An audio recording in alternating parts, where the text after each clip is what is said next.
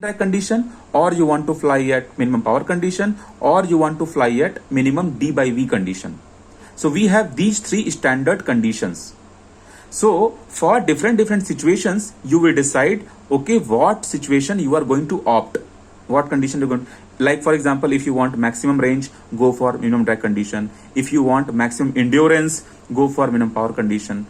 Like this kind of situation are there. So we will have some physical feel, like why, under what situation you want to go for minimum drag condition, and if you want to fly your aircraft at minimum drag condition to achieve maximum range, then first of all, how will you understand that for maximum range you should go for minimum drag? And once you have decided that you are going for maximum range, then you have decided minimum drag, then what are the formulas you will apply? Why these formulas are important?